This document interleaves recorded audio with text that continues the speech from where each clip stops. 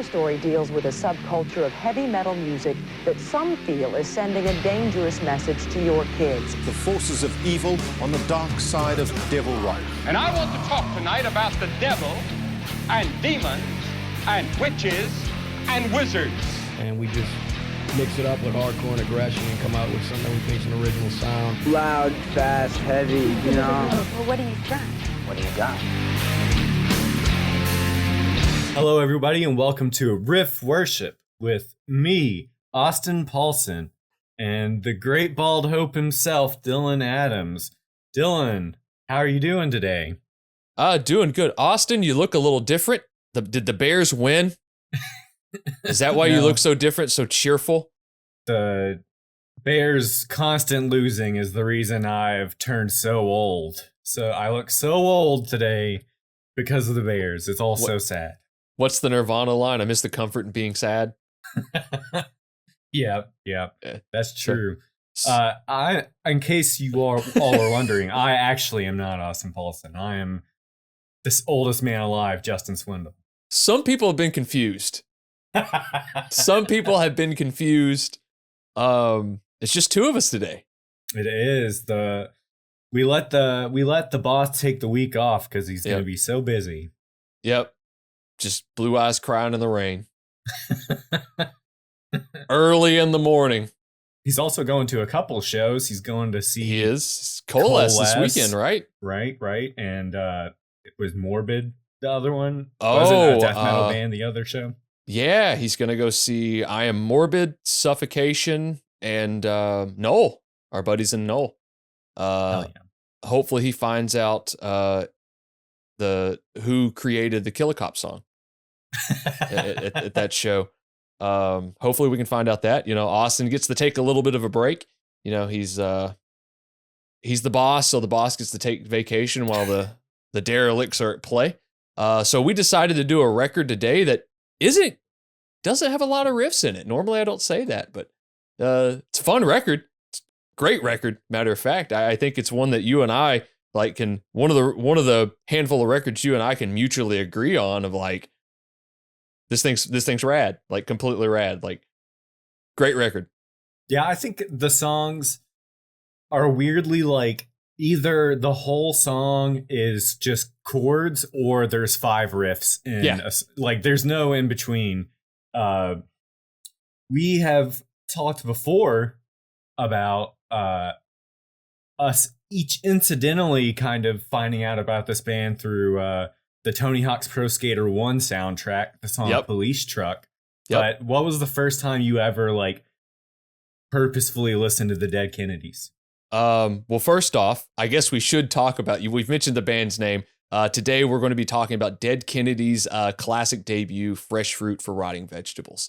The first time I heard the Dead Kennedys was, it very well was the original Tony Hawk Pro Skater, the Nintendo 64 version, with Police Truck, because I remember Police Truck, Superman by Goldfinger, and Psycho Vision by Suicidal Tendencies. Jerry was a race car driver. I mean, we could have an episode on that soundtrack alone. But I guess the first time I really sought out anything Dead Kennedys was like LimeWire era. I gave my computer like every disease known to man, and it was actually, let me backtrack that. I did the LimeWire thing after this. I got a Guitar World issue at one point, and I think there was an article on maybe in the 20th anniversary of this record, so that really dates it. But it came with a disc that you could put in your CD-ROM drive, and it had a video of the band playing, I believe it was Holiday in Cambodia. Yeah. And some club, Jello's got on like a flowery sweater of some sort, a green glove, and they're doing that track, and it's like, what is this? And it was like, oh, punk pioneers or whatever it said. Like, this doesn't sound like what I know to be punk at that point, at being 14, 15 years old. So immediately I was like, LimeWire, find me these tracks, yada, yada. And I think I got Viva Las Vegas, Holiday in Cambodia, and California Über Alles. And what I didn't realize is the version of Holiday in Cambodia I got was like the single version. It's the version that's on the greatest hits comp. So it sounds different. Huh. It sounds completely different. So when I initially heard this record and heard how like the vocals are slightly different, the song's a little bit faster. It's like, You're this like, isn't right. What the fuck is this bullshit? What is this? So that's a convoluted first entrance to this band. From middle school or early high school, I was into like the 70s punk stuff that you learn about from VH1, like the Ramones and the Sex Pistols, the Clash, that kind of stuff. When I got out of high school, or like when I had more access to the internet, I was like, what came after this? So I like found like the next decade of punk, essentially. Like around the same time, I found Minor Threat and Dead Kennedys, Bad Brains, fucking Black Flag, kind of all at the same time when I was graduating high school, and actually like bought physical copies of CDs. That kind of first wave of American hardcore, essentially. Yeah. Right. I'd be amiss. I don't know if you've read it. I know we've definitely talked about it based off the documentary that was made from the book. But the book American Hardcore was a big help in me getting to all of these kind of early wave hardcore bands. I guess the stuff from like 81 up until like 84, 85, those early wave. When I was 13 or 14, I'd go to my dad's during the summer, and I'd get to go to the library. And it's like, okay, cool. Like, what can I find? And they had that fucking book with the bloody face on the front of it. I was like, oh yeah, I'm getting this. Like, so Dead Kennedys, Black Flag, Misfits, Minor Threat came out of there. The Dead Boys, like all sorts of shit, came out of that. The Dicks was a great one. All those bands. And it's like, okay, that kind of goes back to my entrance to a lot of extreme metal as well, because I read about it and I went, I got to buy a record from this band or something. So a lot of it was very much like, all right, I'm going to just drop money on this. And hopefully I like it. So let's figure it out. And Dead Kennedys, I don't think I actually purchased anything from theirs till many years later. Yeah. Many, many years later. Because, media fire. I think I bought all three of the ones that I ended up like owning. This one, and then Frankenchrist. Plastic Surgery Disasters, and that it's the compilation with the EP also, in God We Trust Inc. And I bought Frankenchrist.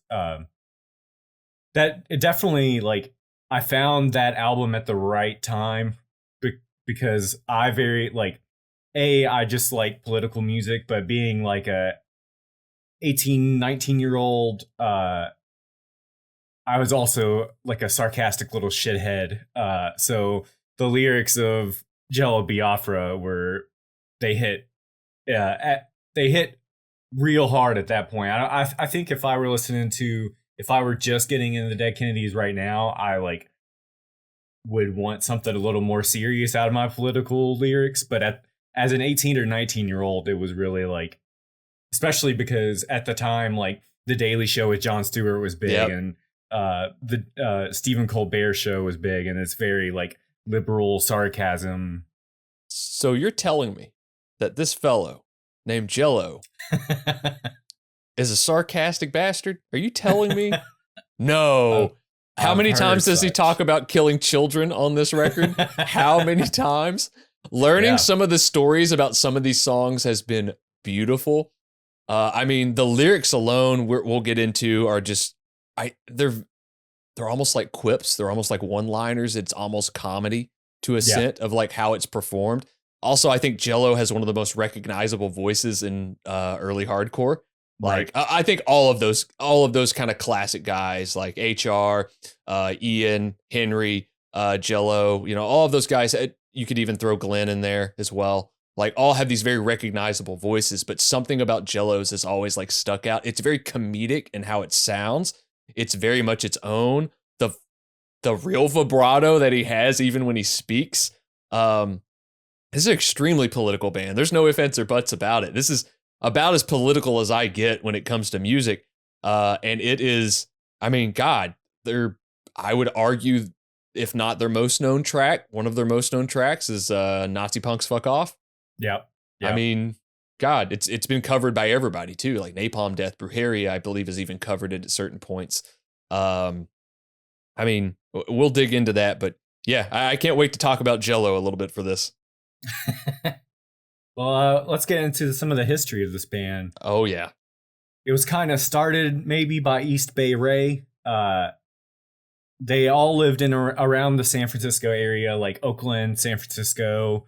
Maybe at the time, East Bay Ray lived in a suburb because he grew up in one of the suburbs. But in like 1978, he went to his first punk rock show. A band called The Weirdos were on tour. They were playing at like the local punk rock club, Mabuhay Gardens, which there we go. Everybody, like people in punk rock of a certain age just refer to their local venue as like the CBGBs of this area. Like, and that's what everybody that talked about this venue was like, this is the CBGB of the Bay Area. So he sees a punk rock show there, and then like I don't think he was really like attuned to punk very much. Like he wasn't part of the scene. I don't think he knew of the Weirdos really, but he saw the show and he said like just the hair on the back of his neck stood up and he like got goosebumps, and was when he saw the show he was like, this is what I have to do. Like I have to be in a punk band. And kind of in like a way that he said seeing the Rolling Stones live made him want to play guitar. This just like further instilled like punk specifically was what he wanted to play. So after seeing that show and like realizing this is what he wanted to do, he put an ad in a local music magazine called The Recycler, and he put an ad on like a little postcard at Aquarius Records. Klaus ended up answering the magazine ad, and Jello answered the one in Aquarius Mag. Of course, like some other people answered, but they just like didn't end up being good fits for the band. But kind of wild. Like I can't imagine just putting an ad in a magazine being like, hey, come play let's have fun. So I got two things on that. The Recycler was used for many, many years after this. I think that's how Lars and James found each other, was through the Recycler. I believe it's the same magazine or the same article, whatever. The story of how East Bay Ray became East Bay Ray is pretty funny as well. Klaus just saw the ad and it just said Ray from the East Bay, or Ray East Bay is like location. He just called him. Fucking nickname is stuck for 50 years. That's perfect. And Klaus is like Klaus Fluoride, which is even funnier. The being able to meet somebody that way, that's how I ended up joining a couple of the bands I did when I was in like high school. I would just put like a Post-it in a music store or something, and that like had my number on it, and they'd call me. Like this was 05, 06 during this era. So like a cell phone didn't really exist for me at that point. It was essentially just an emergency contact. But I remember doing that. Looking for drummers that way or anything like that. It blows my mind, people putting out like Craigslist ads and stuff, which I guess Craigslist still kind of exists. But like Craigslist ads for like, hey, drummer seeking or guitarist seeking, that sort of thing. Because it's fucking wild. I can only imagine the different characters that everybody like had to like come in contact with. I'd be amiss if I didn't mention this. And, the band's legacy is what the band's legacy is. But I could even say what helped me get into like a lot of these California punk bands like this would be the Red Hot Chili Peppers, Circle Jerks, Fear in particular. Flea was in Fear for a while. They've always Flea's always championed the Circle Jerks. Dead Kennedys have been brought up a couple times. I'm sure just by like, filtering all that music in, it kind of went from there. But it's funny to see how that type of reach hits different people and what punk rock has done for different people. But just seeing, could you imagine like going to whatever music store, opening up a paper, like who the fuck does that anymore? And just seeing, looking for a loud, fast guitar player, looking for a Right. brash bass player, and Jello's would just be like a political ad. So they're trying out all these band members. Klaus, Jello, Stick, of course. They are recording all of the tryouts by drummers, and they get a show at the Mabuhay Gardens. But to play a show at the venue, you have to have a recording and you have to have a picture of the band. So since they've been recording all of these auditions by drummers, they just use the audition from the best drummer and they send it without fucking amazing. They know he's not going to be in the band, but they're like, the fuck we care? Who's going to give a shit? And they don't have another guitarist or the drummer in the band, but they get this guy whose nickname is 6025. Yes. To take a picture with the band to make it look like they have 4 members. 6025 would later join the band as the rhythm guitarist, but at the time he was not in the band. You know that was that dude's address. You know good and well. Like as first 4 digits of his address. Or like last 4 digits of his phone number or something. Like it was that easy. I actually found it kind of interesting because I've always associated the drum spot in this band with DH. DH, right? Same. DH joined right after this album. Right. So I've always associated with it. I didn't realize till like researching the record that it wasn't DH on the record. Right. Like, Same. fuck, I've been listening to this for almost 20 years. Like, never realized it. Never dawned on me. So yeah, they get the show at Mabuhay. A week before the show, they nail the drummer spot. They finally get this person, just Ted, to play drums for them. And the fucking bear. They play what's probably my punk rock nightmare, which is a show with 8 fucking bands on it. Their first show, 8 bands. I can't fucking stand that shit. You know, back then people probably weren't as like uptight about it as we are. But back then it was like, fuck, we've never seen anything like this before. At this point in time, we have played shows together where there have been 8 to 10 bands and we both audibly sighed as we heard it. Like, when do we play? Well, you're 6th. Fuck. All right. I've played like festival style shows where you don't play till you're called up and it's like 9:30 at night, and what are you going to do? There's nothing else to do except partake in whatever beverage is there. It's a nightmare. I'm glad these guys had a time doing it though. So after their first show, they record their first 7-inch single in 1979. The single is California Über Alice, and the B-side is Man with the Dogs, which I actually still have never heard. I haven't either. They recorded the 2 songs in 8 hours.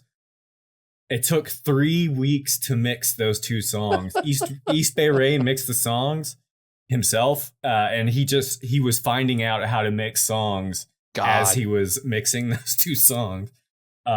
Apparently, they said the record sold 6,000 units just out of the trunk of their car, completely DIY. At this time, they didn't have a label. They didn't have nothing. They just sold. At shows, they sold 6,000 copies. You know, I've heard of a lot of bands throughout the last 20, I would say 30 to 40 years at this point, that would just go, hey, we had a demo. We sold 60,000 copies. We sold this, like no label, nothing, word of mouth. We sold them at record stores or we sold them out of our car. We sold them at the shows. It's like, holy shit. Like selling 6,000 copies now of anything, if your name doesn't start with a T and your last name doesn't begin with an S, like you aren't selling shit. Right. And to hear like a punk band, I mean, this was a brace of shit when it came out. Right. Selling 6,000 copies of a single, basically, out of their car. And like California Über Alice is not like, it's a really catchy song with lyrically. It's pretty abrasive as well. And what's funny too is like that version is slower. Like I've seen some of the live footage I think you've seen, and like it's nominally slower. Yeah. Oh, okay. They got faster. Okay. Yeah, that's something to be proud of. The fact that like you sold 6,000 copies just out of the back of your car. Yeah. Researching this band, the background of this band is like surprisingly not punk rock. Like, No, it shocked me how unpunk the formation of this band it was, to the point that like I messaged you. I was like, they released a single and had a manager. Like, they didn't even have a full length album, and they literally had a fucking manager. I cackled so hard when I read that because like I was about to step in the shower and like I always have music playing, and I read that and just started cackling. My girlfriend came home. She goes, "What are you laughing at?" And I had to explain the whole situation to her, What like a manager in is. like about the manager, and like in the shower, I was like, "This Swindle's band, like Swindle's so disheartened right now," and like it's weird because this is one of those bands that helped create what hardcore became, right? Right. Do it yourself, alternative tentacles, that sort of thing. But they had to do the typical thing at first of, fuck, we got to figure out how to get our foot in the door, get shows, that sort of thing. We got to get a manager. And I would hedge a bet that their manager was probably just somebody they knew. They weren't like, it wasn't like a sleazy record label manager. It was probably just a friend of theirs that helped package the records and stuff, because they're like, will you be our manager? Yeah, I know people at this venue. Sure. But I could just see you pulling a Willem Dafoe from Platoon. Ah! Right. Yeah. That's about how it felt. I'd be like finding out Ian was like a trust fund kid or something. Hey, hold on. No. So they record the single, and then in 1979, Jello Biafra plays a practical joke on San Francisco and runs for mayor. Just Jello and a bunch of these dead Kennedy fucks were like, you know, it'd be really funny, Jello, if you ran for mayor. And Jello was like, I think I'll do just that. One candidate who took his campaign to the streets today in a way that only he can. Jello Biafra, the lead singer in the punk rock group The Dead Kennedys, he held a news conference at City Hall. He then went on to do what he calls shaking babies and kissing hands. He also went on a whistle-stop tour through parts of San Francisco today on a BART train. No telling how he'll do in the elections, but his philosophy is summed up in his campaign slogan, "There's always room for Jello." In a $7 suit. I love that video clip of them describing who he is, and they just go, in a $7 suit he got at a resale shop. It was like perfect. A thrift store. Yeah. He had a really good fucking campaign slogan that I had to write down. Kissing hands and shaking babies. That was his campaign slogan. That is, I have heard, and you and I will be the only ones that'll get this. I've heard Jim Cornette say that same thing throughout the years doing wrestling promos. The other one was my favorite one. Aside, like I saw that and was like, "That's perfect. That should have been used multiple times." But what does it say? If Jello doesn't win, I'll kill myself. I saw that. Was like they're just carrying signs that say this. That was that was their manager. That was the freaking Dead Kennedy's manager holding that sign. It's this is very like Jello obviously is tongue firmly planted in cheek, but in a very, very serious way, honestly. He knew what he was doing. And the fact of like, this is almost like cabaret. It's almost like a show. He knew exactly what he's doing, and it was funnier than it should have been. And I think he surprised himself. The bastard got third place. Right. He caused them to run into a runoff election, a second election. Oh my God. Yeah, it's wild. So after Jello unfortunately loses the candidacy for mayor, the Dead Kennedys go on tour to the East Coast, which unsurprisingly isn't very successful because they're a punk band. It's 1979. They're all the way across the country. No one has ever heard of them. They're losing money at every show.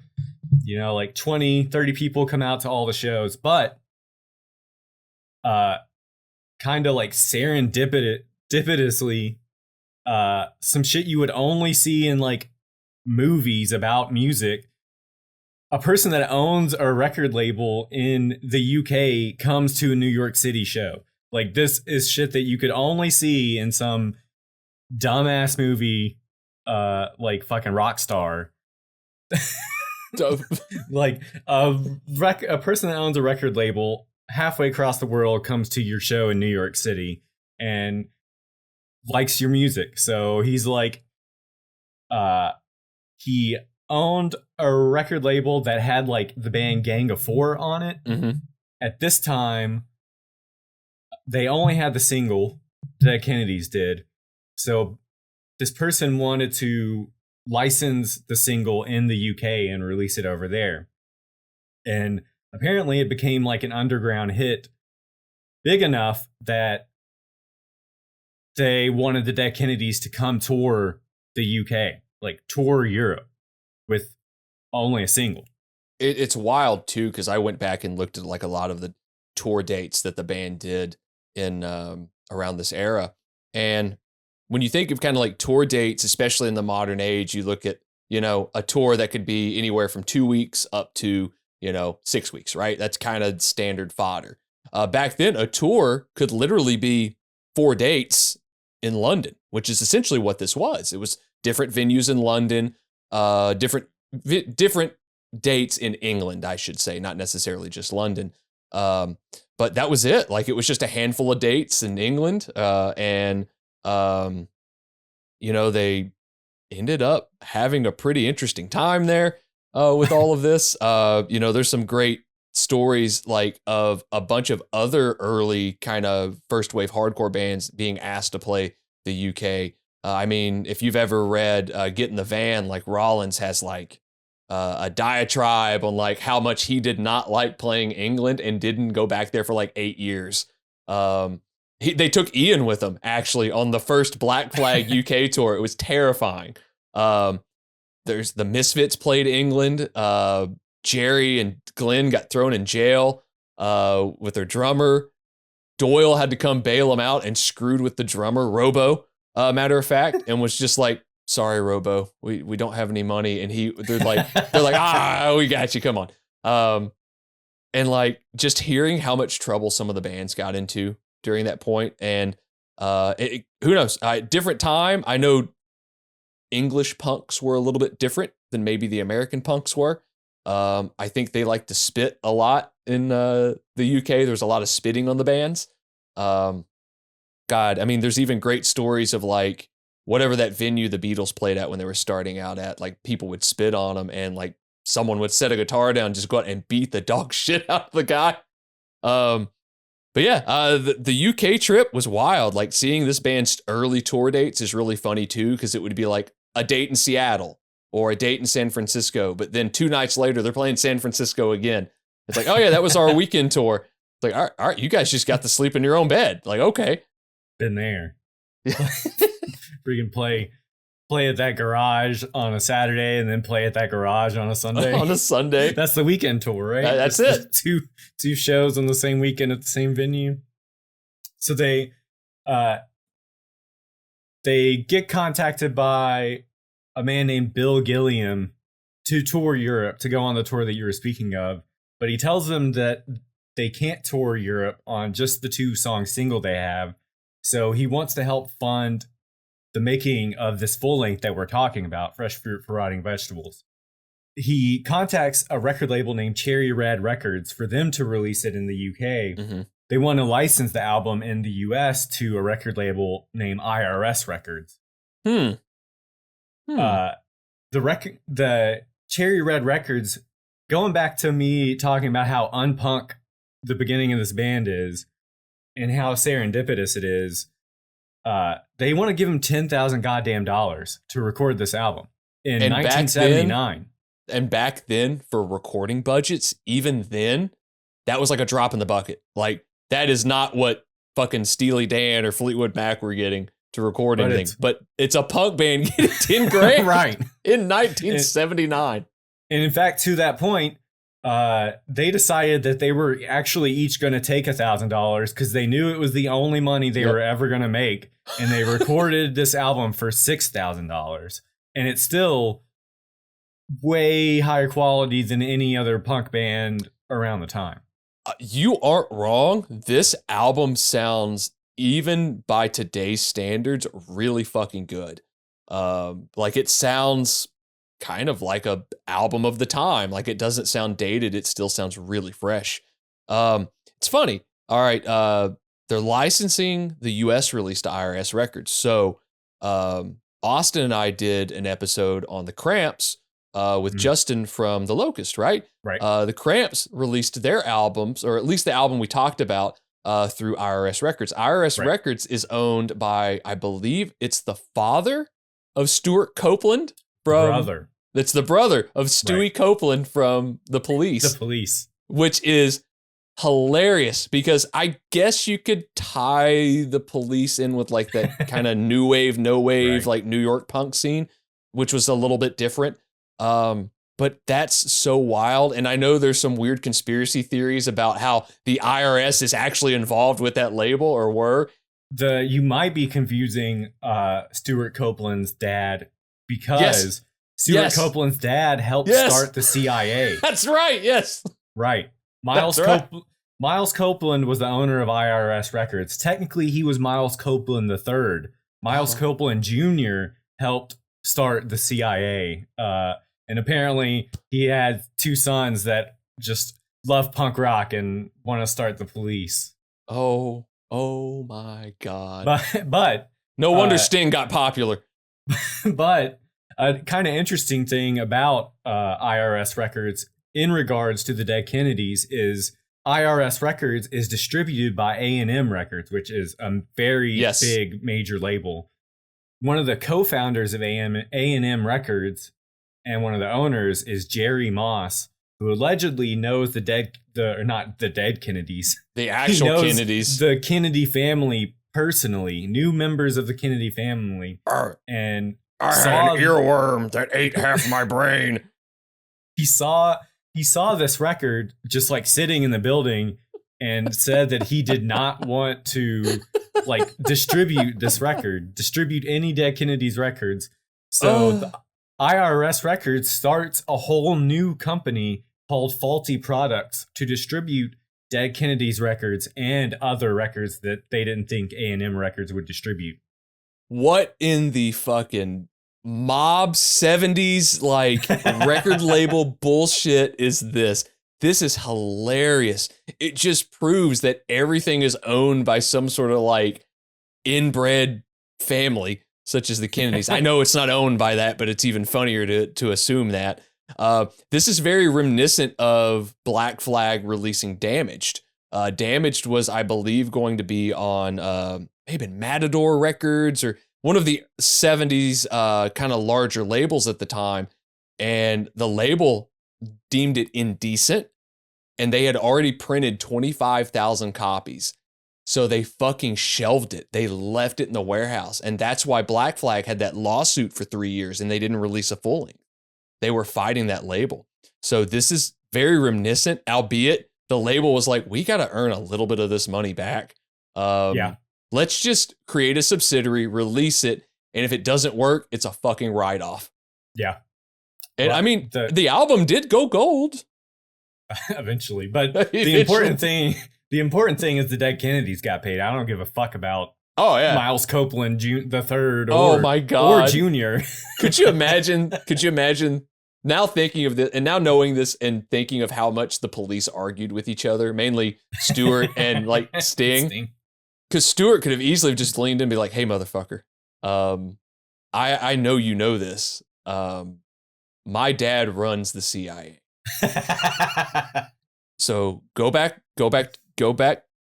to England and have a nice rest, but don't fuck with me ever again.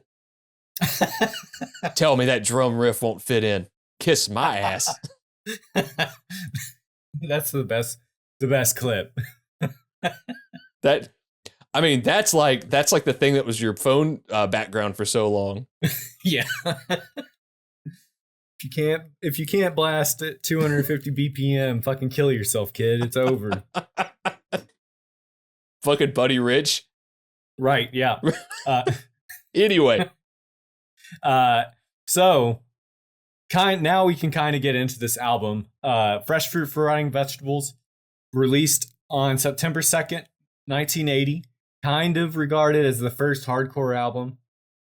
They recorded it at a studio called Mobius Music. They recorded it in June of 1980, so the whole process of recording to releasing only took like 6 weeks. 3 months. Was it like 3? That. June to September. Yeah. I saw July for some reason. Yeah, roughly 2.5 months. Yeah, wild. It was recorded and engineered by a fellow named Oliver DeChico, who owned Mobius Music. I really didn't find too much about other stuff he'd recorded. I think it's a lot of like San Francisco local stuff, but I do know that now he is not recording anymore, but he's like making art installations that are also used as weird instruments.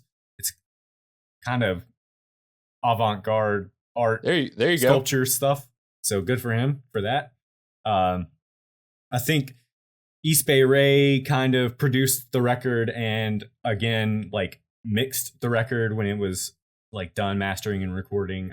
Since he had used those like 3 weeks of mastering that 2 songs, he learned how to do the rest of the recording.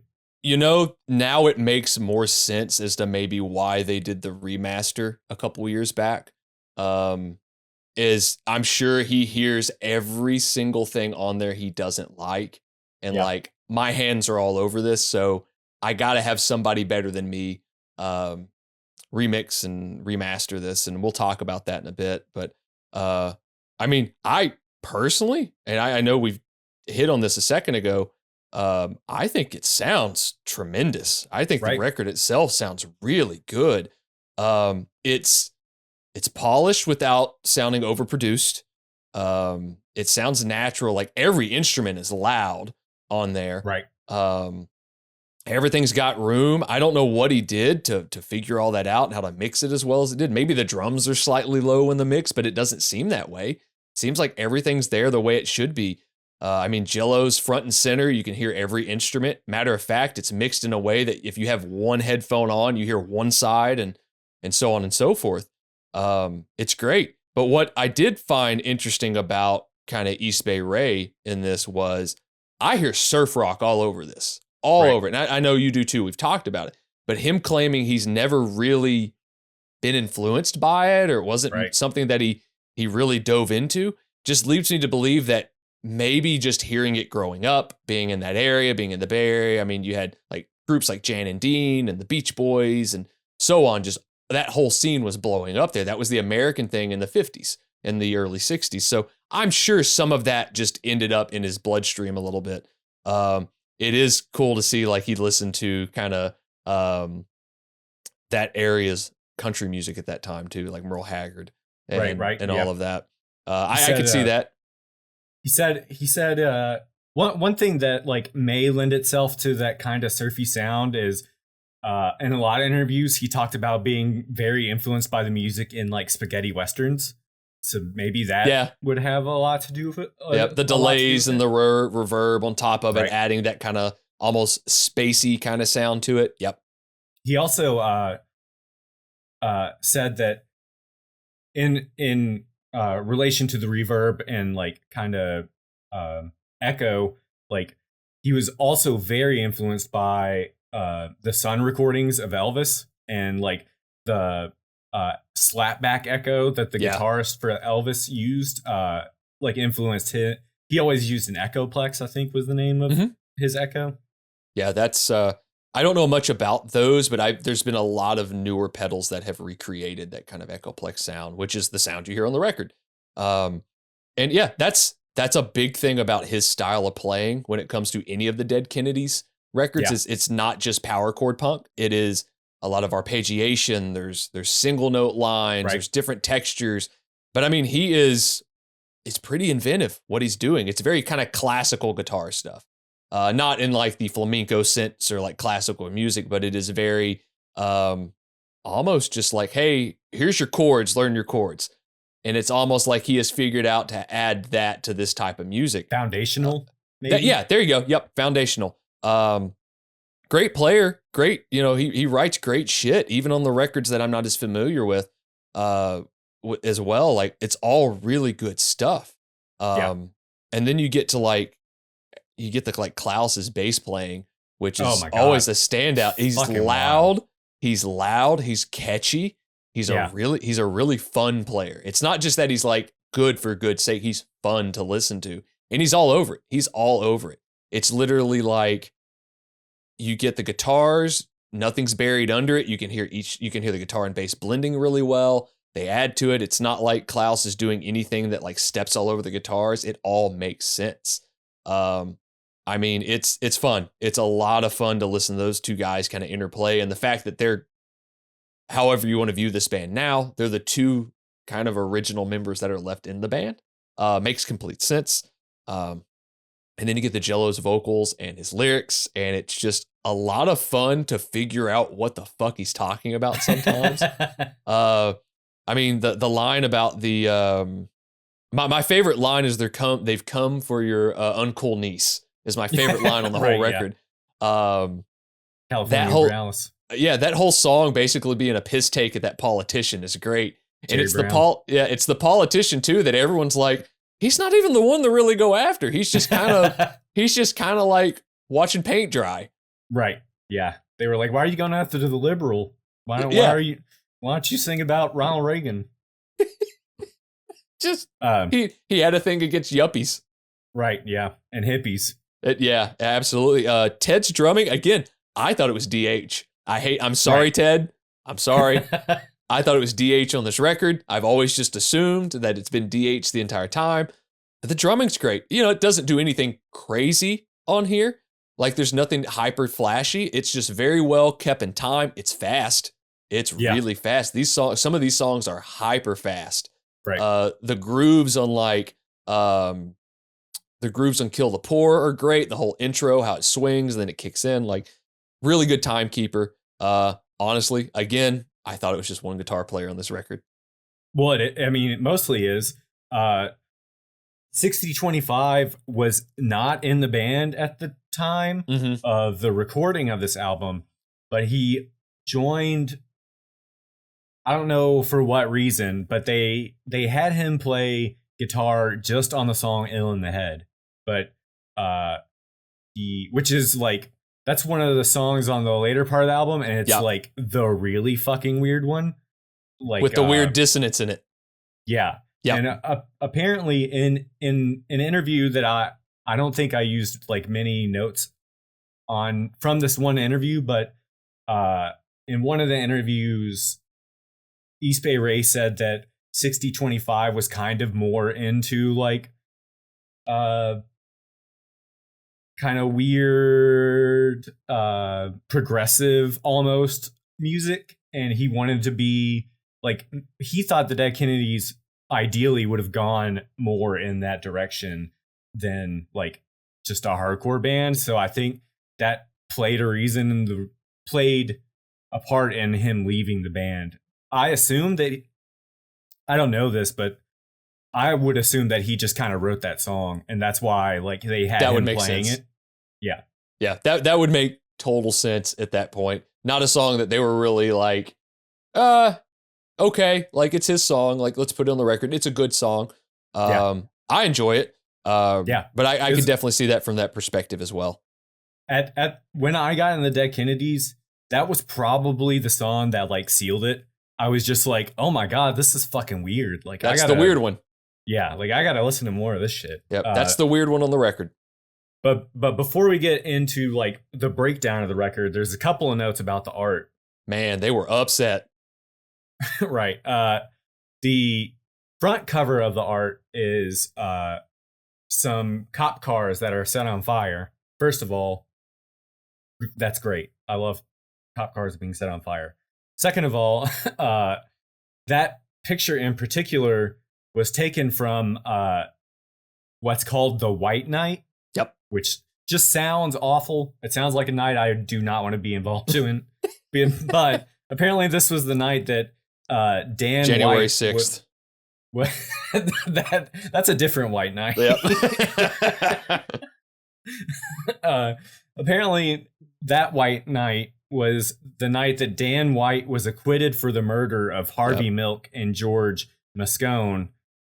He did get like a manslaughter charge and have to go to jail for a little bit, but he was acquitted of like the way more serious charge of murder.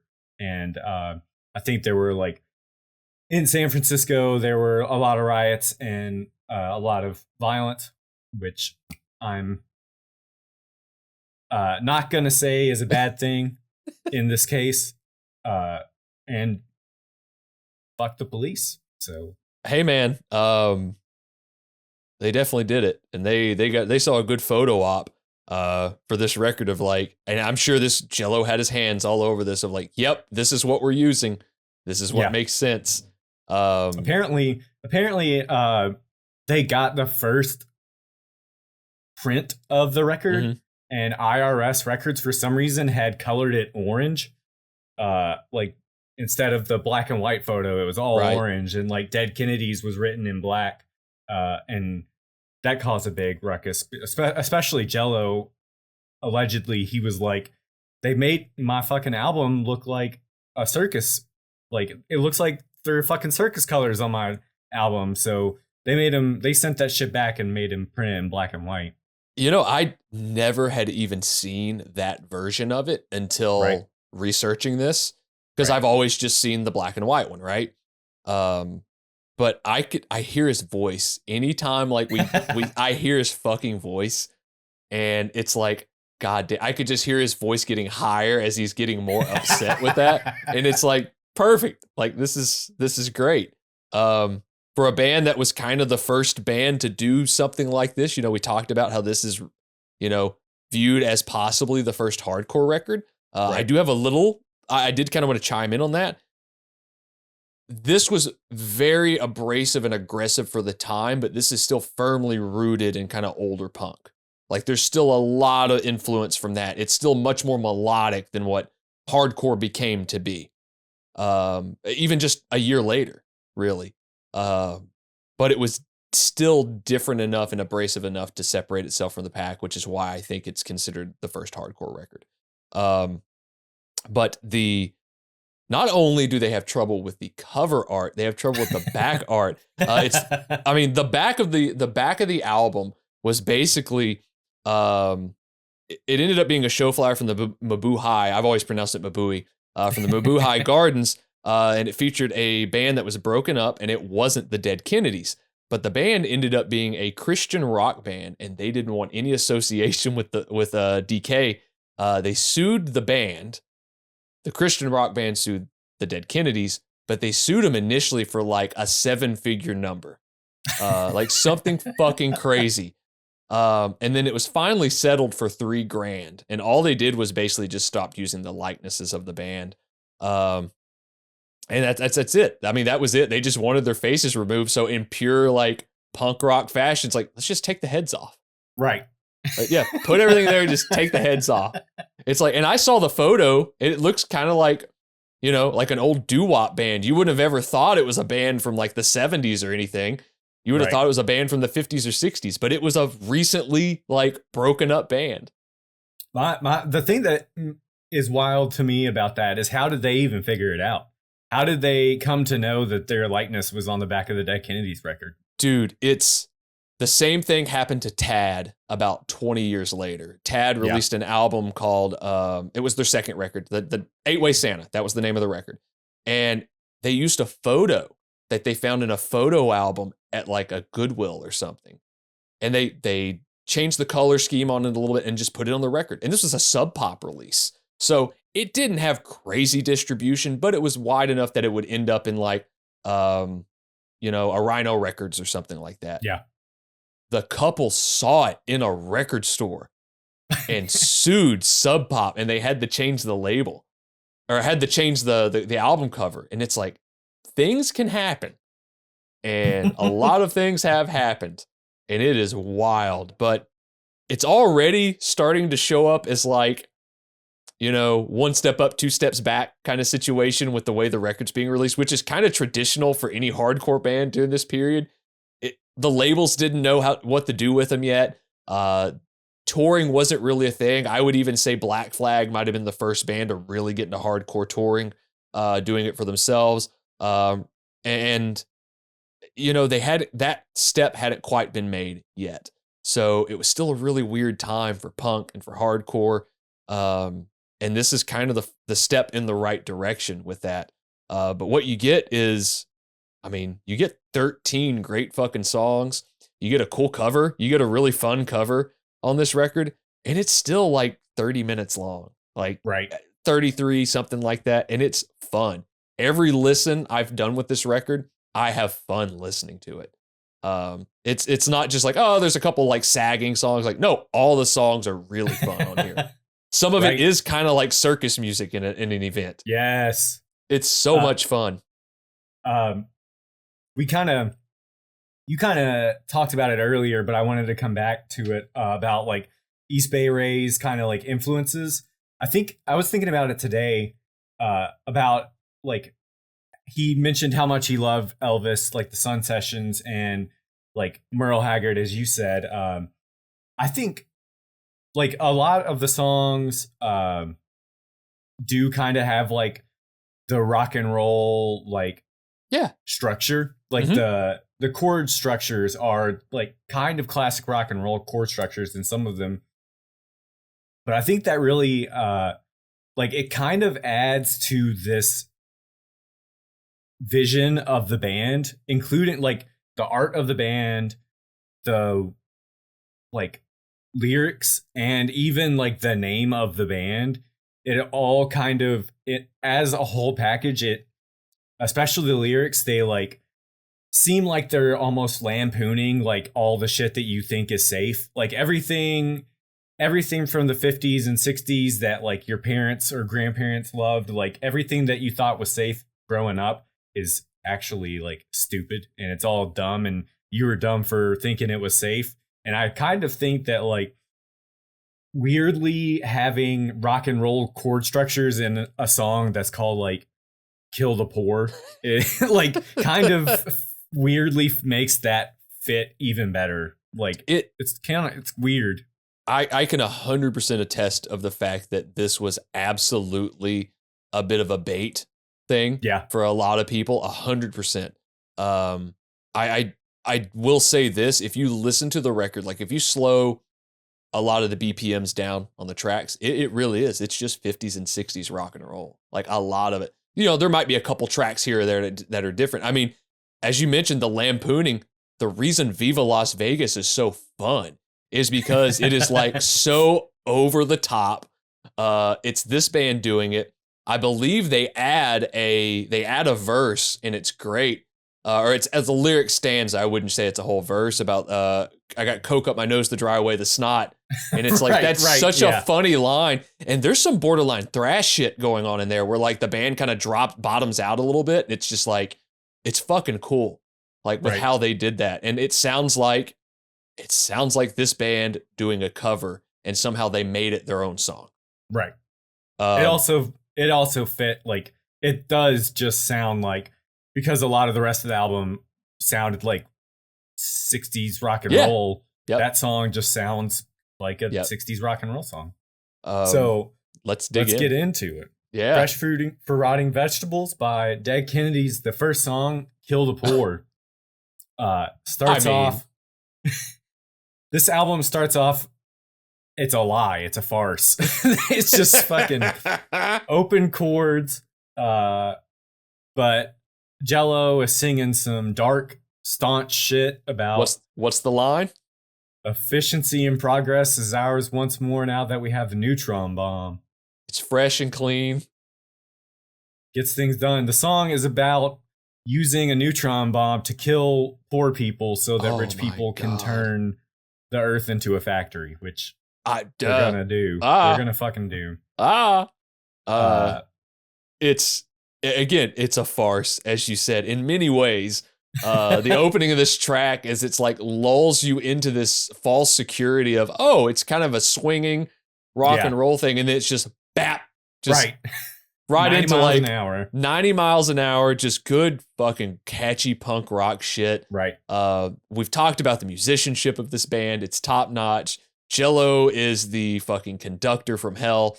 I mean, it's just a fun track. It's catchy as shit. I mean, the chorus is just kill the poor over and over again, just over and over again. I mean, there's a NoFX song called "Fuck the Kids," which is essentially kind of in the same realm, and it's like the chorus is just "fuck the kids," and it's just perfect. Yeah, perfect opening track. We did that. The Decline, the NoFX episode, and I told you on that episode that like the Fat Mike's, almost call him Big Mike, Fat Mike's lyrics remind me very much of Jello Biafra, and they're just like snotty shithead sarcastic political lyrics. But yeah, fucking very catchy guitar riff for the verse. The chorus, just chords, like they tone it down, just play some chords. It's basic rock structure, verse, chorus, verse, bridge, verse. There's a guitar solo, which is at this point in punk rock kind of unheard of, but not for rock and roll, I guess. No. Also, other than that, the one thing that kind of stood out for me is like it's kind of very silly, but it's drums at the very end when Ted is playing like the offbeat on the hi-hat, just to like at the very, very end of the song after the last chorus. I fucking love that. Again, this is punk rock was kind of about being able to do it yourself, right? And it didn't matter how good of a musician you were. It's just pick up the instruments and go. It meant it was a music that was kind of for everybody and anybody could be a part of it. But there were still bands that were really good musicians that happened to be into it. And sometimes they wanted to dial it back a bit. Like they couldn't admit they were good. I mean, you look at like the Bad Brains. Those were good musicians. Like, and you saw it in spurts here and there, but they didn't really emphasize that. I think the guys in Fear were really good. The guys in Minor Threat were really good, but they still kind of pulled it back a little bit. But with like the Kennedys, sometimes they acted like they weren't good, and then the other times they were like, oh, we know what we're doing. We're going to make this catchy. And it helped, too, that I believe Klaus and Ray were a little bit older, even. Like, they were a little bit older. I think Jello might have been... college or just graduated college. I think Jello might have been slightly younger than them. So, like, those guys had definitely been playing for quite some time. And it's real wild to think this band hadn't been formed that long and they were able to already have that weird kind of music talk thing that they have where you can play off of each other, because there's a lot of that, because the only way a drummer is going to be able to do something fun like that is like, oh, I know what's coming here. Let me do this and like add emphasis to that. And it's the little things on this record that are fun. Speaking of good musicianship and the little things, the next song, Forward to Death, there's a walk down on the bass that happens two times. Fucking insane. Fucking wild. Little bass fill run. Where does he come up with it? It's got to be more of like an energy thing too, of like you're in the moment. Oh, this is going to add more kind of like texture to this part, or this is going to add more energy. This is going to add more intensity, that sort of thing, a different vibe, because everybody's on 10 on this record. There's no slowing down. There's no dynamics. That's what I was getting at. There's no dynamics on this record, truthfully. I mean, you could say probably the bridge portion of California Über Alles is kind of a buildup, right? That buildup, like that might be the one dynamic on the record, but it works. Again, as you said, Forward to Death, just great shit right out the gate. Great punk rock. I wanna point out that the lyrics of Forward to Death are fucking sad. There's nothing sad. There's nothing not sad, depraved, obscene, even in certain aspects on here. I mean, I can't wait till we get a couple of the later tracks as well. God, this is just a fun fucking album. But gag with every breath. This world brings me down. I'm looking forward to death. Goddamn. Just poet. In the fucking in the documentary, they were talking about the owner of the Mabuhay Gardens who walked up to like 6025 and was like, that Forward to Death song, what's that song about? And 6025 is like, I'm looking forward to death. Oh, that guy was great.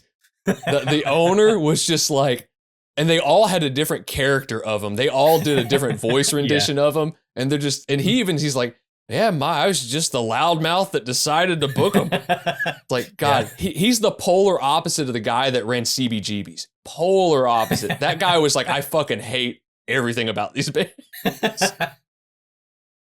All right, now when you get drafted. I mean, come on. Like, what can't imagine what this is about. Can't imagine. I mean, there's live footage of Jello in a shirt that says, I think it says "fuck the draft," and that he wrote on himself. I mean, you get the point of this track. You know, I didn't realize we were going to do an album that was as topical today as it was almost 50 years ago. Again, just another rad fucking track. Like, this album is so stacked and it's spread out with like where all the bigger tracks are on here that you've got these, sometimes the tracks in between they don't get bogged down, but it's like, oh, there's so much going on like on these other tracks that's like, oh fuck, I forgot this track was on here. And this is kind of one of those tracks for me.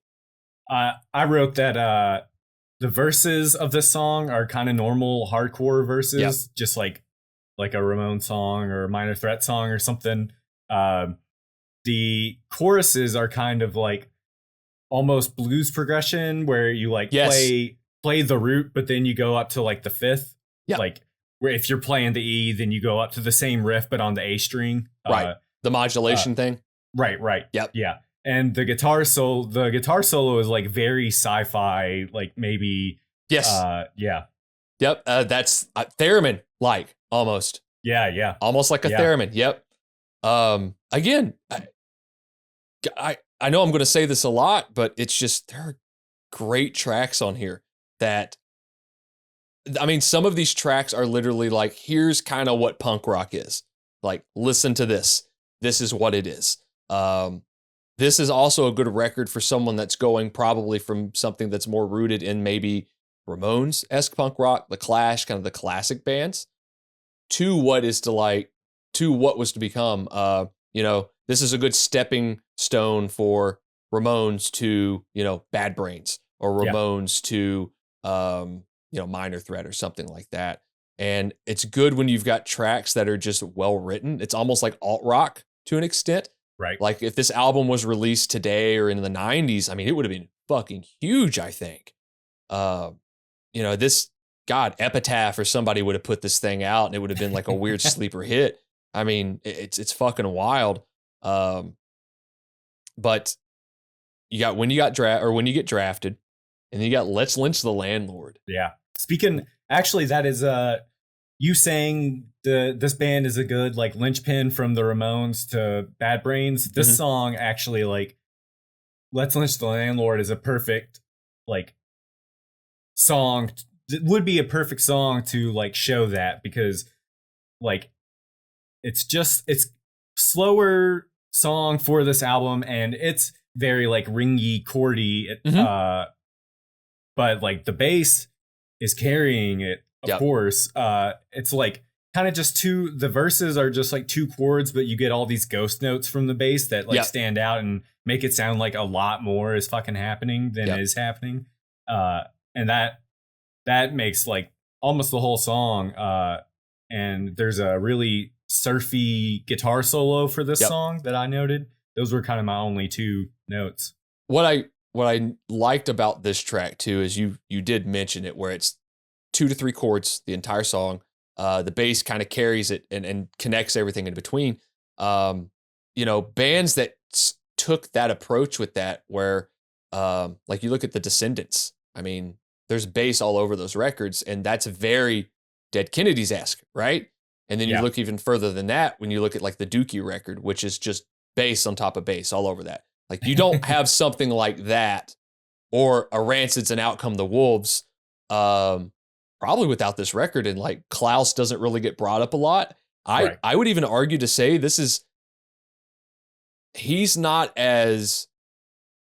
doesn't play as much maybe on the later records, like as much as this one is. He's a little more locked in on those later records. Obviously it's a different type of punk at that point.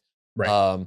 And he's a little bit more creative on this record. So this is kind of the outlier. Whereas the later records are more just like, it's a fist in the face the entire time. Like, and then you get to like Bedtime for Democracy, which is just wild shit. Like there's borderline like krautrock songs on there and stuff. Right. 6-minute joint. Yeah. Like fucking crazy. But I mean, again, just a track that you can write a song. We've all said it. You can really write a song around one riff. You can write a song around 2 chords. Well, all the riffs that they haven't put into the album at this point get put into Drug Me. There's 10 riffs in this song. What a fucked up song, too. Right, yeah.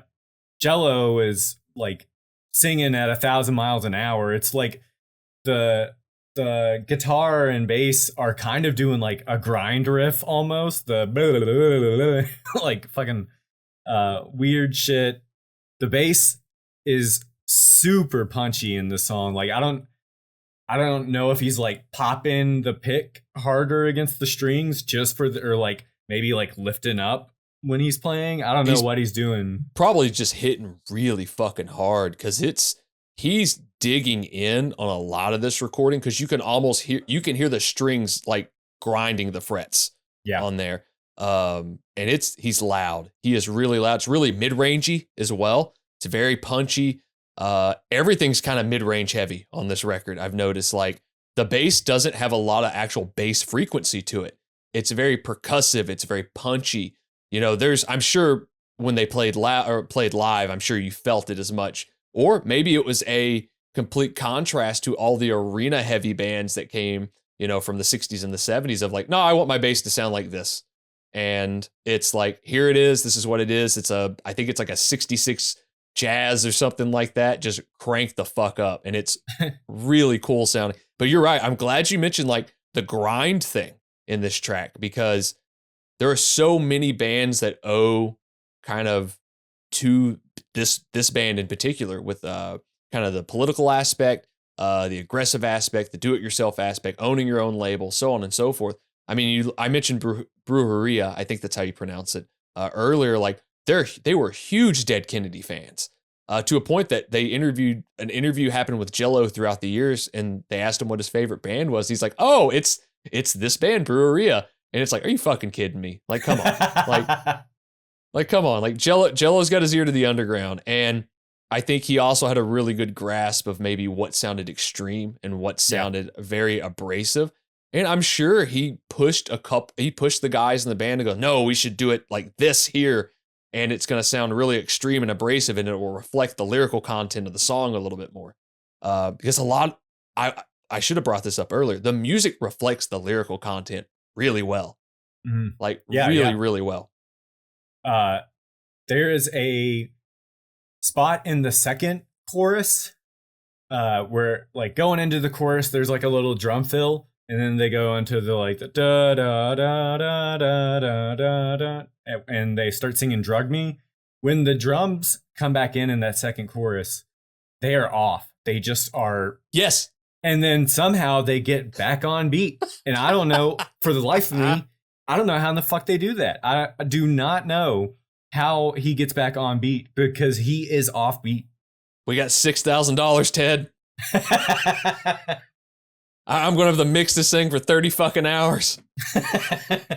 Come on, do it. Probably 2 takes. And he's like, I can do it. I can get us back on track. And that is the vision, especially during this era of a band that was really, really tight of like, oh yeah, he's going to get us back on track. We don't have to worry about it. And who knows, there could be a take we never heard that is off the rails the entire time. It actually, you know the song Halloween from the next album? Mm-hmm. that song starts with just bass, and like DH is doing like a little count in on the hi-hat, just doing like the little clicks, and he's off.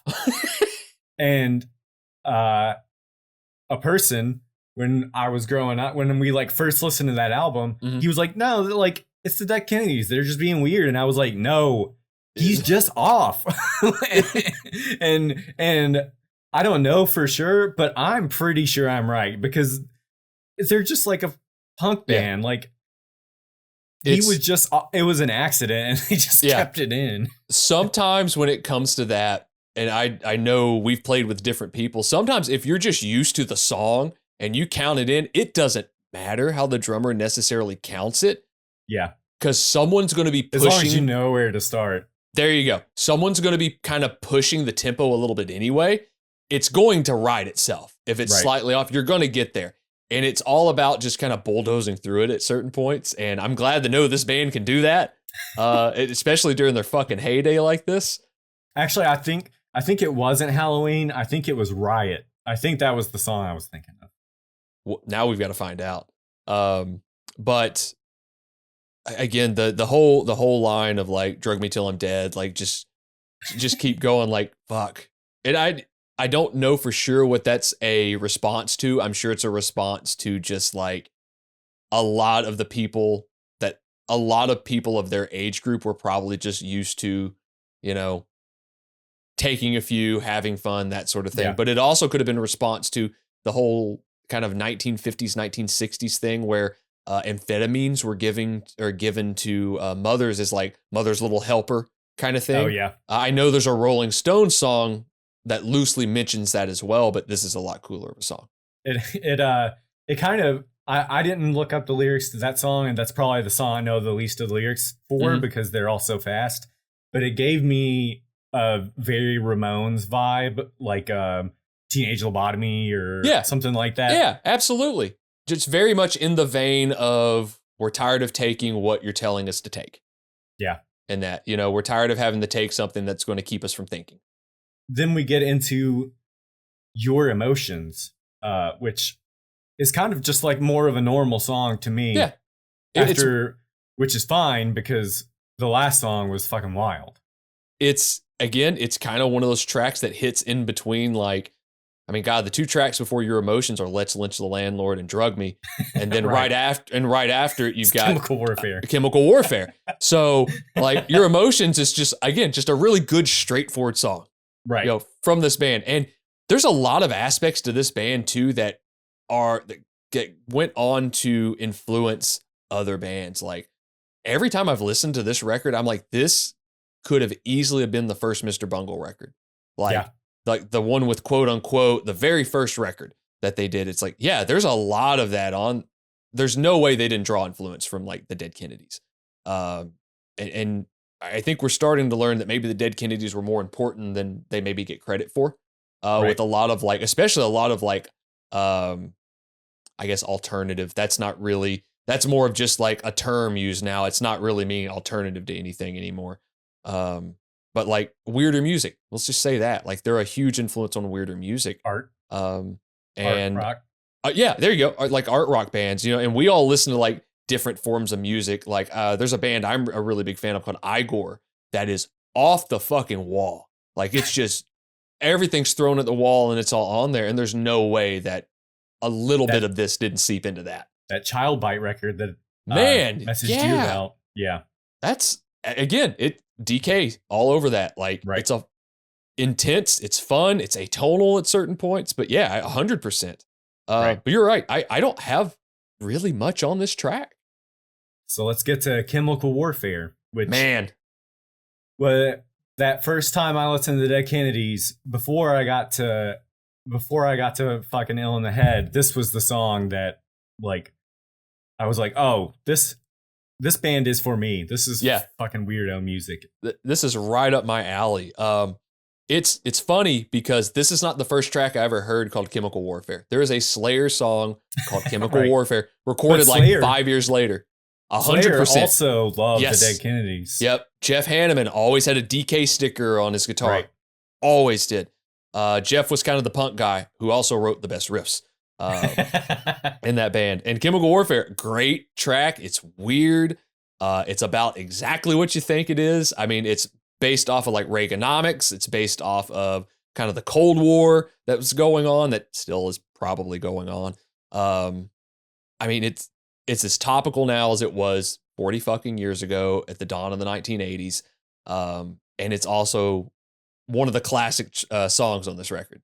The verse riff of this song is another instance of like a very rock and roll or like bluesy riff where they just like play the fifth of, or just bouncing like bouncing between the kind of the root and the fifth, at basically using probably a 1-4-5 chord progression on that. Right. Just very standard rock and roll, but it's remarkable, especially during this time when a lot of stuff still hadn't been done in music, of what you could do with just 3 chords and just a slight modulation change in it, right? It's all still in like, typically most of this stuff is in major or minor scales. Surprisingly, a lot of it's in major. And it's remarkable what you could do with that and still write these very abrasive songs. And the DKs, you know, being such a good tight band and being able to also write with urgency and play with urgency, because they knew like, we got $6,000. That's all we got. And this is 1970s money, so it's a little bit different then. But to be able to write a track that still holds it together, 40, 50 years later, I'm sure that never crossed their minds at that point of, is anybody going to be listening to stuff in 50 years? Who cares? Like, let's write it. Let's have fun. We're tired of hearing all the shit that we don't want to hear that's out there. There's a few bands that are coming up that we can play with. I mean, there's some early shows that they did with Black Flag as well. And like Chemical Warfare possibly helped. I mean, it's weird to think, but this album helped, I'm sure, usher in a lot of the thrash guys, because they're all based in the same area. It's all based in the Bay Area. We mentioned Slayer, we mentioned Mr. Bungle. It's hard for me not to think that some of the guys in like Exodus or even Metallica were probably listening to these guys a little bit. I could definitely hear, and I know we're going to both crack up at this, but I could hear a little bit of Jello in Mustaine, like early Mustaine. Yeah. A little bit with kind of the snarl and the way he always sounded like snotty. He always sounded sarcastic when he spoke. Right. It's, particularly you look at like a Countdown record or like Rust in Peace, like I could absolutely see that with some of the lyrical concepts there. But I've rambled on about this song. I want to know what you think about Chemical Warfare. I mean, it's one of my favorites. I did love the song is very driving, very fast, but then after the second chorus, they kind of like hold back for a second in a bridge so that they can hit that fucking waltz part. Yeah. That's just fucking carnival music.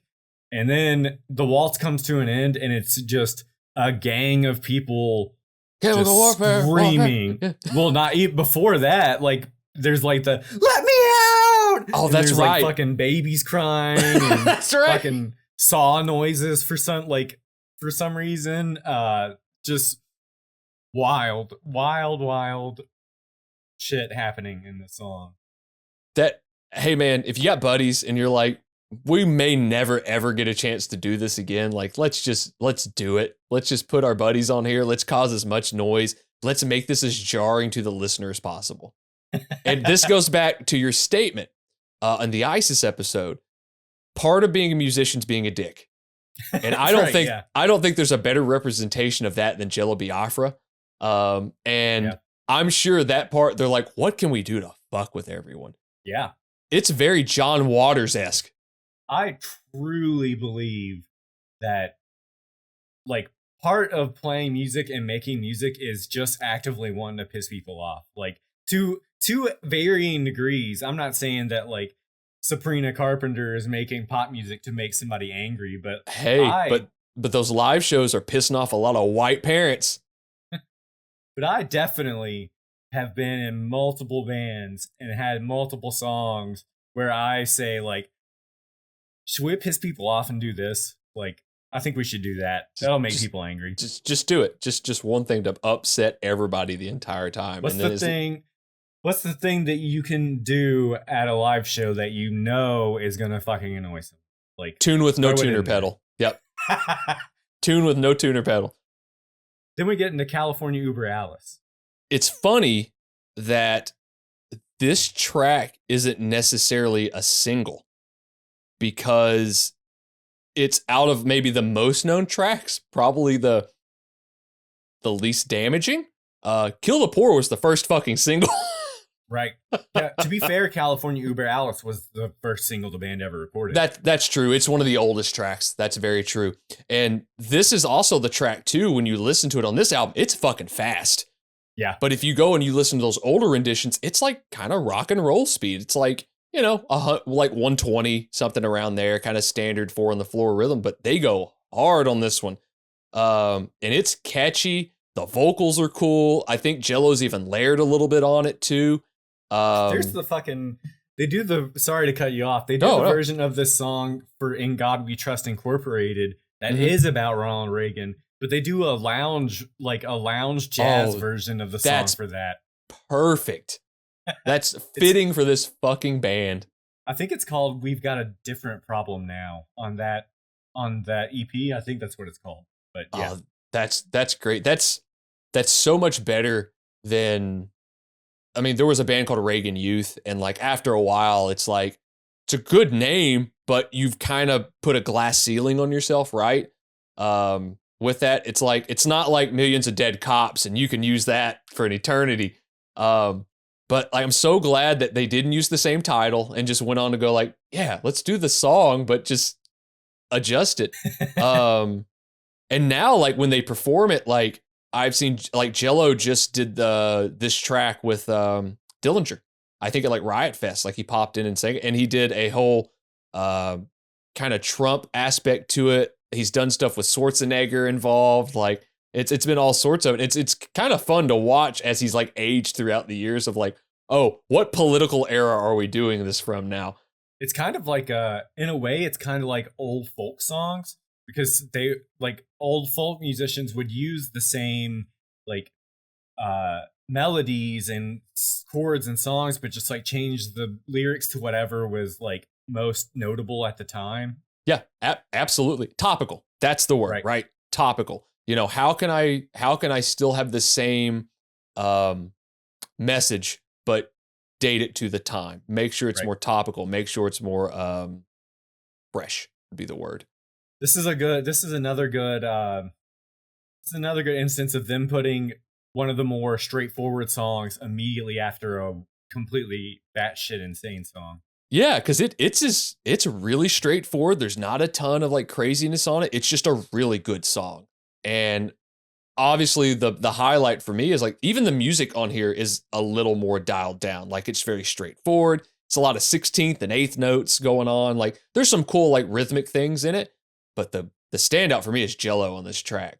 Just you hear that crazy vibrato that he's got that I'm sure initially was like, I have to sound this way to piss everybody off, but it just became his thing, and it's just kind of fun. Like I've heard Jello on Guar tracks, I've heard Jello on like Sepultura tracks, and he sounds like Jello no matter what, and it's cool to hear him on anything.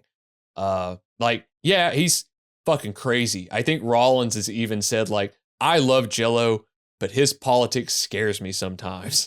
And I go like, oh, that's cool. Like, hey, you need somebody like that in your friends group. Like your close friends group, you gotta have that. You gotta make sure, like, all right, we're going to a McDonald's and there's a political rally across the street.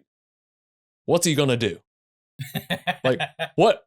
He just got a McChicken. What's he gonna do? Like, you gotta have that friend. And I know Austin and I think that about you. We're like, what's he gonna do? There's a rock there. Anytime you turn on the news and something's happened, you're like, make sure text Swindle. Make sure he's okay. Make sure that wasn't him. He's just not out in the yard just pushing cars over. Well, kind of along the lines of Jello Biafra's weird politics and thinking. The next song is I Kill Children, which I would like to just go ahead and put this out there. Don't Don't sing the lyrics of this out loud if you're at the gym. Don't sing the lyrics of this song out loud ever. If anyone can hear you, don't sing them out loud. The opening line of it may be in the middle of the song, but the line of I was told to skin you alive is that's the very it's the very beginning. Yeah. But it also is God told me to skin you alive. It's just and the whole song is just like the stops and starts in the song and just I kill children just over and over. It's very almost a Weird Al-esque. I fucking love this song, but in a weird way. This song and the two after it are some of my favorites on the record, just because it's like you guys put the three silliest songs together and they're fucking cool. Like I will be walking my dog late at night and just like I kill children, like just hit enemy, and like I'm out in the yard in this freezing weather just dancing as like my dog's doing what he does. Right. And it's like, God, if the people in the neighborhood knew what was giving me so much joy, they would have me committed. The song is fucking fast. It's a fast fucking song, especially compared to California Uber Alice. I was going to say, to follow up a very straightforward song with like bonkers, short, fast shit, like, yeah, hell yeah. Then after that, we got Stealing People's Mail, which maybe is the least harmful song on the... Dude, this might be my favorite song on the record, because the lines of like, we're going to a party, like, you're just like, we're going to steal your mail. It's like, that's some shit like my buddies would have done when we were in high school. Like, I mean, it is a felony to do that, but it's like, There's what'd a you lot guys of get? felonies. Yeah. What'd you guys get? Well, we got our new checkbooks in. We're going to steal them. Like, you know, stealing people's mail. What a great title. The pacing of the song, how the lyrics are like syncopated with everything. It's just so much fun. This is such a silly, fun, almost like polka-esque song. Yeah. There's a weird guitar overdub on this song that I think I missed it, like, until going back to listen for this episode. I was just like, what's he using to make this noise? Like, why does it sound so different than its regular guitar? But it's so fucking cool. Yeah. Did you listen to both mixes of this record? I think I only listened to the 2022 mix once. Okay. So that may be why it seems a little different too. The 2022 mix it's fine, but it lost some of the character, I think. And that's just a personal opinion. But I noticed that too. Like on the 2022 mix, I heard things that I didn't necessarily hear on the original mix, and then vice versa as well. And some of the more dense tracks like these, where there is like overdubs and the few overdubs that are on the record, I did hear those different things and differing things as well. There's also a really fun guitar solo. Again, the three songs, I Kill Children, Stealing People's Mail, and the next track are just so much fun. And then it's almost like backed up with your favorite track, which is Ill in the Head. Right. It's almost backed up as like, all right, here's the thing that's going to end this like silly shit. Because like Funland at the Beach, again, is a lot of fucking fun. And I think at the end of it, I think he's saying kill children again, but I know he's not. I hear that. I'm like, is he doing this again? It's only been 2 songs. I always think he's saying crush little kids.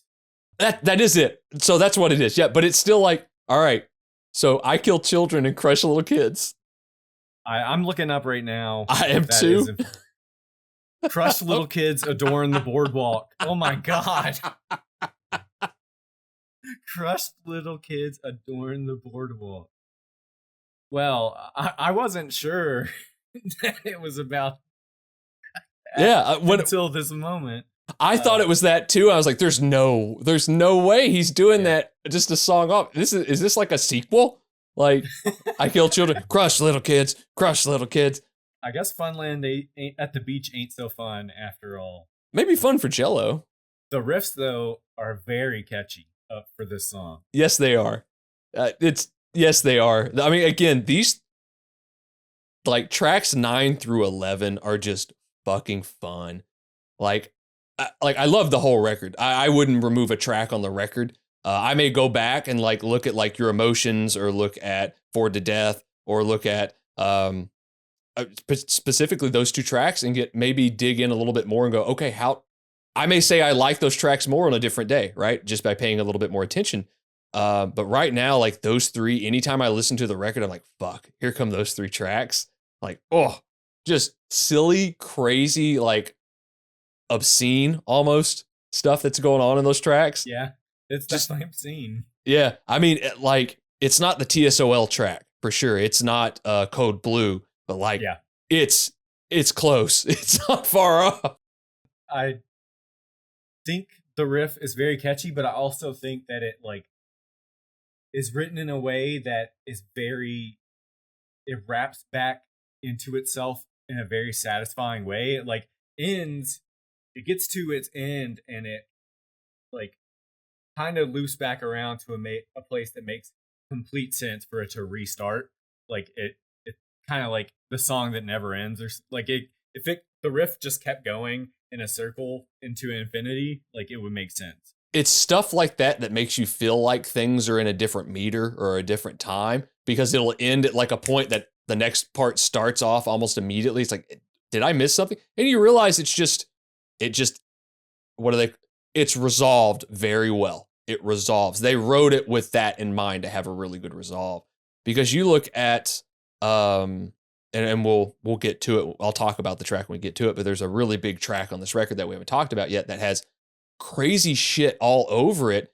And it's like, how did they come up with that? How did they come up with these weird kind of dissonant notes and things? And it's catchy and it all makes sense with how one part comes after the other with that. But Ill in the Head. Yeah. Weird fucking song. Fucking weirdest sounding song on the album. The album is full of weird sounding songs. And this is the weirdest of them. Yeah. I think I presume that it's written by 6025, as I said earlier. Mm-hmm.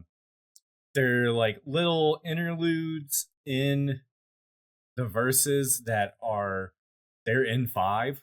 Like those little tappy parts, that's 5/4. Think about that. There are tappy parts on a Dead Kennedys record. Right. And then the choruses are fucking weird. And then it gets to this bridge part in the middle of the song. The like, people, da-da-da. That's fucking weird. And then the end of it is just weird. The whole song sounds fucking weird. And it doesn't sound like punk or hardcore that would come in the future. It doesn't sound like none of it. It's you hit the nail on the head. It's very prog leaning for sure. This might be the closest to circus music on the record, like Big Top Pee Wee kind of shit. And it's fitting, like it fits the record, but it is the outlier on the record. It's the kind of strangest track on the record. So it would make sense that 6025 wrote this record. Did I get that right? 6025. That 6025 would have wrote this track, because there's nothing else on the album that really sounds like this at all. As soon as I heard that dissonance when we were prepping, I went, fuck, I forgot about that. Like I forgot that was on this. I go, it's not fitting. That type of punk and or hardcore didn't show up for almost another 10 to 15 years. Yeah. Like it really didn't start showing up to like the Jesus Lizard or like, some of those amphetamine reptile bands. Hell, Jello was releasing stuff like that on Alternative Tentacles many years later as well. Like it seemed like he was starting to lean a little bit towards kind of that style. Anything that was abrasive, he seemed to like. I mean, God, there's a great Crate Diggers video of him talking about the weird shit that he has. And it's like, oh, of course, this makes all the more sense that you are who you are. With like all the art and like music that he likes, like buying these weird soundtracks or buying these weird soundtracks of TV shows that existed for an episode or something, and like somehow able to find them on vinyl. And it's completely bonkers. And this track is completely bonkers. Right. Then we get the biggest hit. I would say so. At this point, definitely. Yeah. We got Holiday in Cambodia, which was the first single for the record label, Cherry Red Records. I don't know. That documentary said that, but it also said that Kill the Poor was the first single off of the record, so I don't know. There's some confusion there. But at this point, in like 2004 or 2006 or something, this song was on Guitar Hero. So Sure was. I think time has told us that Holiday in Cambodia is the biggest song. It's a classic punk song. It's topical. It's got the things in it that would make it anthemic as well. I had mentioned before that the guitar parts on this are really fucking interesting. There's only a couple parts that are just like power chords. It's towards the end. It's the actual chorus. Arpeggiated, like guitar. Very much like kind of classic country guitar parts there, right? With the delay and the reverb and the slapback, everything. That Echoplex working hard in Holiday in Cambodia, for sure. I would even say that I know black metal was always considered kind of the antithesis to death metal. It needed to be less produced.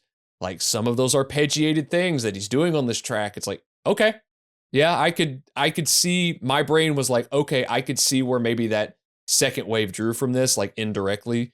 But like it's there. And him being and Ray being able to kind of go through and structure all this, because like the octave play that kind of feeds into itself all throughout the track. I mean, the bass starts the fucking album or song off. The bass starts it out, and it's just that main riff just played with double stops the entire time. And then it's just the real sharp, abrupt sliding notes. Yeah. Just going into it. And then it starts a little bit of dissonance there. And then it kicks into the main riff. The bass is still playing it kind of high up.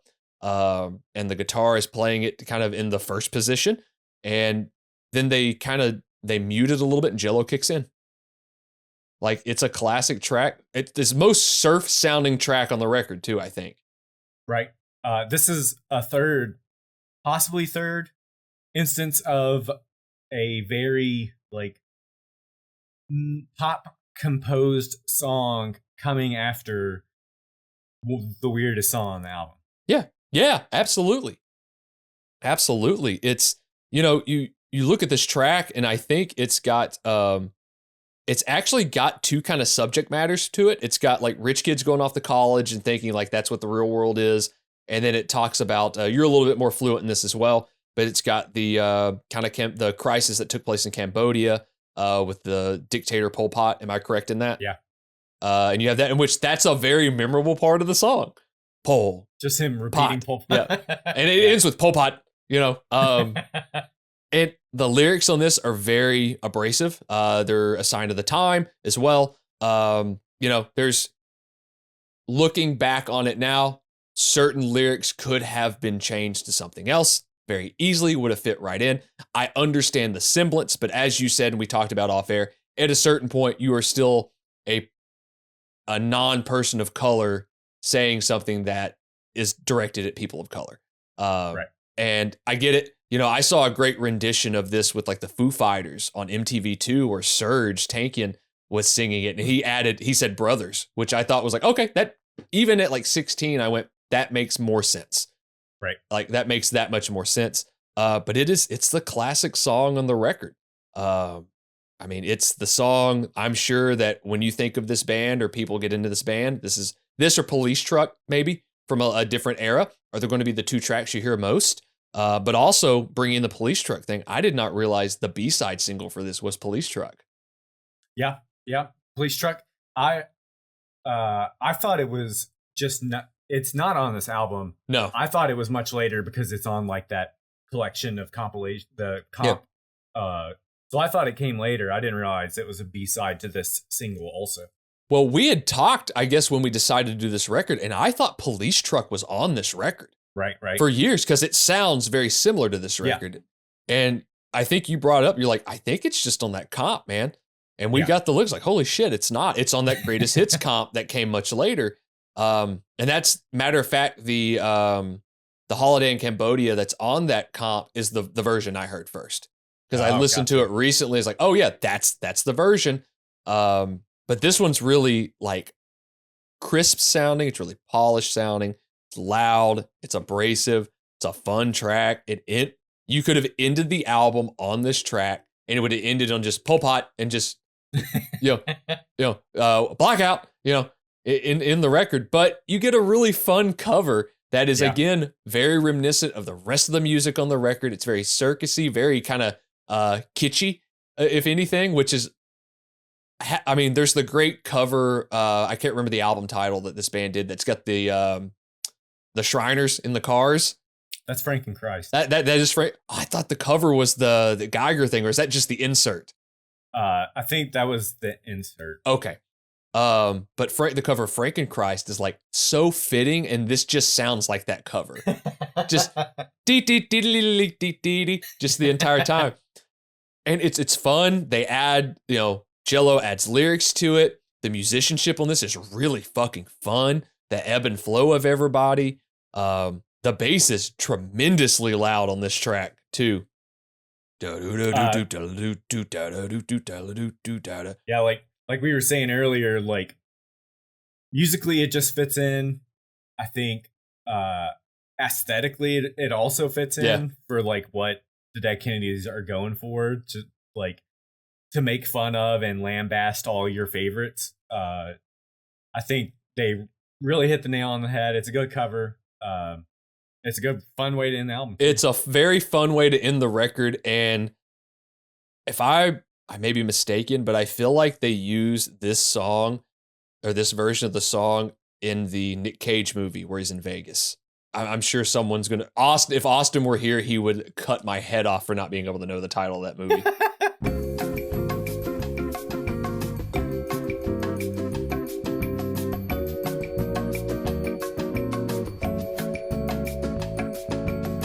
I forgot that in God We Trust Inc., they cover Rawhide also. I saw that, and I have not listened to it yet. Yeah, so they did a bunch of covers that really fit their aesthetic. That's perfect. Again, it's a classic record. You can't really you can't get too far off from it. It's a classic record.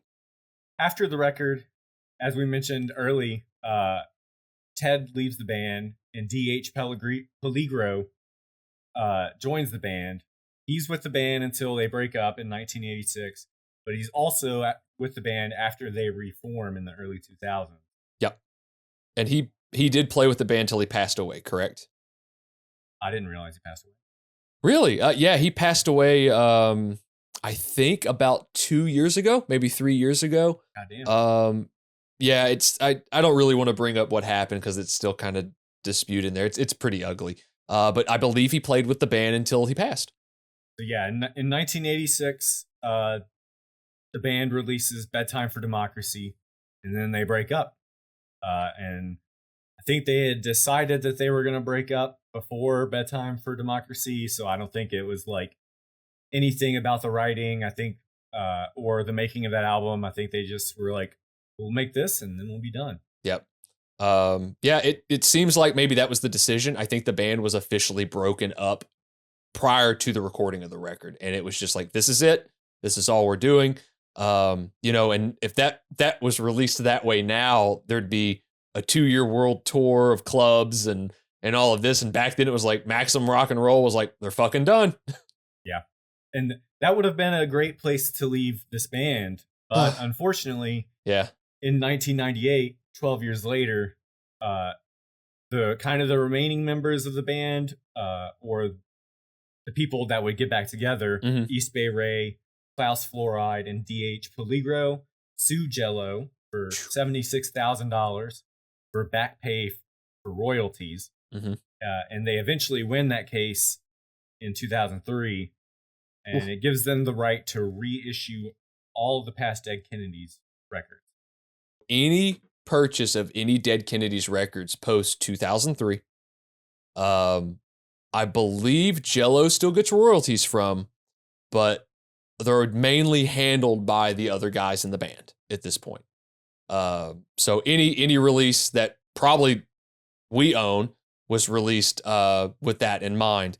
If you look at, we're not here to really get into the debate between these guys, but if you look at both sides, there's different takes from either side of the band and how things were done or how they weren't done. Jello is a very outspoken person, so I mean, you can find plenty of information from him. The other guys are a little bit more quiet about it. There are some things that are read that have been posted that you can find. There's been jabs back and forth for the last many, many years over this, to a point that I think Jello has actually stated he's never going to contact him ever again. So, it's gotten to that level. But what we do with this record is you get to 2022. On September 30th, a remixed and remastered rendition of Fresh Fruit was released to the masses. East Bay Ray still had the master tapes of the songs, which he recorded it, so why wouldn't he? But it was remixed by Chris Lord Alge. Yeah. Is that right? So it was remixed by Chris Lord Alge, who's worked with Shaka Khan, Green Day, which makes complete sense, and Bruce Springsteen. And what I realized about Lord Alge, as I'm going to refer to him, is he was actually a Dead Kennedys fan. He was a fan of the band, and Ray had him remix Kill the Poor first to see if they really wanted to go with it, and I guess it worked out well. I've listened to both, one right after the other. The 2022 mix has a little bit more low end, it seems, which the 70s was kind of a sign at the time. They didn't have a lot of that great compressed low end that we've got now. It doesn't sound bad. It really doesn't. It sounds like good, but it does take away some of the character away from the original record, in my opinion. I have both versions because I was stoked to hear what that new one would sound like. And I still prefer the original mix of it. It is funny, like we go back and we look at the band getting back together in like 98, or we'll say the band getting back together. I'm sure that was absolutely to do with like punk kind of exploding in the early 90s again, with all the really big acts. I mean, you had the Descendants that got back together and probably did the best out of all of those earlier bands like that, because they actually put out records that were contemporary at the time. They were still younger dudes too. Whereas like the Kennedys got back together a few years too late, I think. You can still see them, like they're still out there touring. I think they just came through Nashville last year with Circle Jerks. Like they're still touring. If you want to see if you want to see Dead Kennedys tracks played, you can still see them. I know Jello is busy with his other acts, which I am going to butcher the name of this band. It's like the something school of Guantanamo Bay. He's still active musically. He's still like a talking head. You'll catch him on different interview shows. He's still pretty wrapped up in politics as well. Like you're always going to see him somewhere. There's always a new interview with Jello popping up. So you can definitely kind of keep tabs of him there. Remix is good, but you make your pick on which one you like better. But with that remix, which is crazy to think about, no one cares about this today because it's like record sales don't really matter much anymore. But the album finally went gold in 2023. The remaster, I'm sure, helped out with that a lot. I don't know where the money's going, really. Like a gold record, it's cool. They'll all get a plaque. I'm sure Jello's is probably in his microwave or something. He uses it as a plate. He actually uses it as a plate. No, as the microwave plate. Yeah, like 100%. That's exactly what I was getting at, yeah. So, again, fucking great punk rock record with some weird kind of origins and some weird aftermath, which is expected with a lot of the early punk bands. Yeah. It's a lot of fun. It's short. I've listened to shorter albums that seemed a lot longer than this. This week. So yeah, if you like punk, then definitely check it out. Also, if you like politics, sarcastic ass, snotty shithead politics, then check it out. Fucking listen to it too. Yeah. And now we've reached the time of the episode where we like to throw out a couple of recommendations. It's December. It's cold. It's dark and sad. And with that time of the year, listen to Chelsea Wolfe, last month she released an EP of acoustic versions of songs that are on the She Reaches Out to She album. Her voice is incredible. Chelsea is just a wonderful singer. I also really like the songs as acoustic songs. The sadness and just the sound of that of an acoustic guitar and Chelsea Wolfe singing is enough to, if you don't have seasonal affective disorder, you're fucking gonna. So listen to that shit. Yeah. Just to add to that, it's a lot of her tracks definitely, when they're stripped down, definitely gives the vibe of like being suffocated by by kind of a depressive state, dark emotions.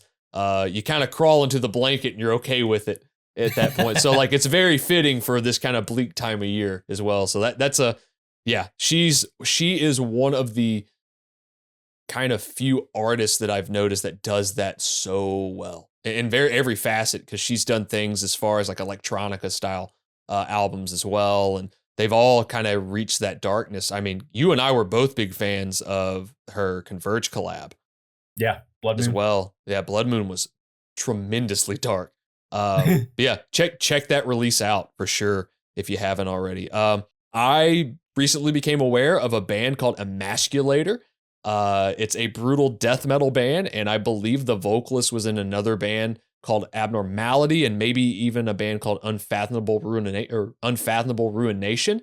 But it is brutal death metal. It was released on the label New Standard Elite, which has released some great records. This is a really short one. It's about 21 minutes long. It is brutal death metal at its finest. It's heavy. It's fun. It's catchy. Like I was catching myself while I was like working out a couple days ago, just like fucking dancing around my garage listening to it. The album is called The Disfigured and the Divine.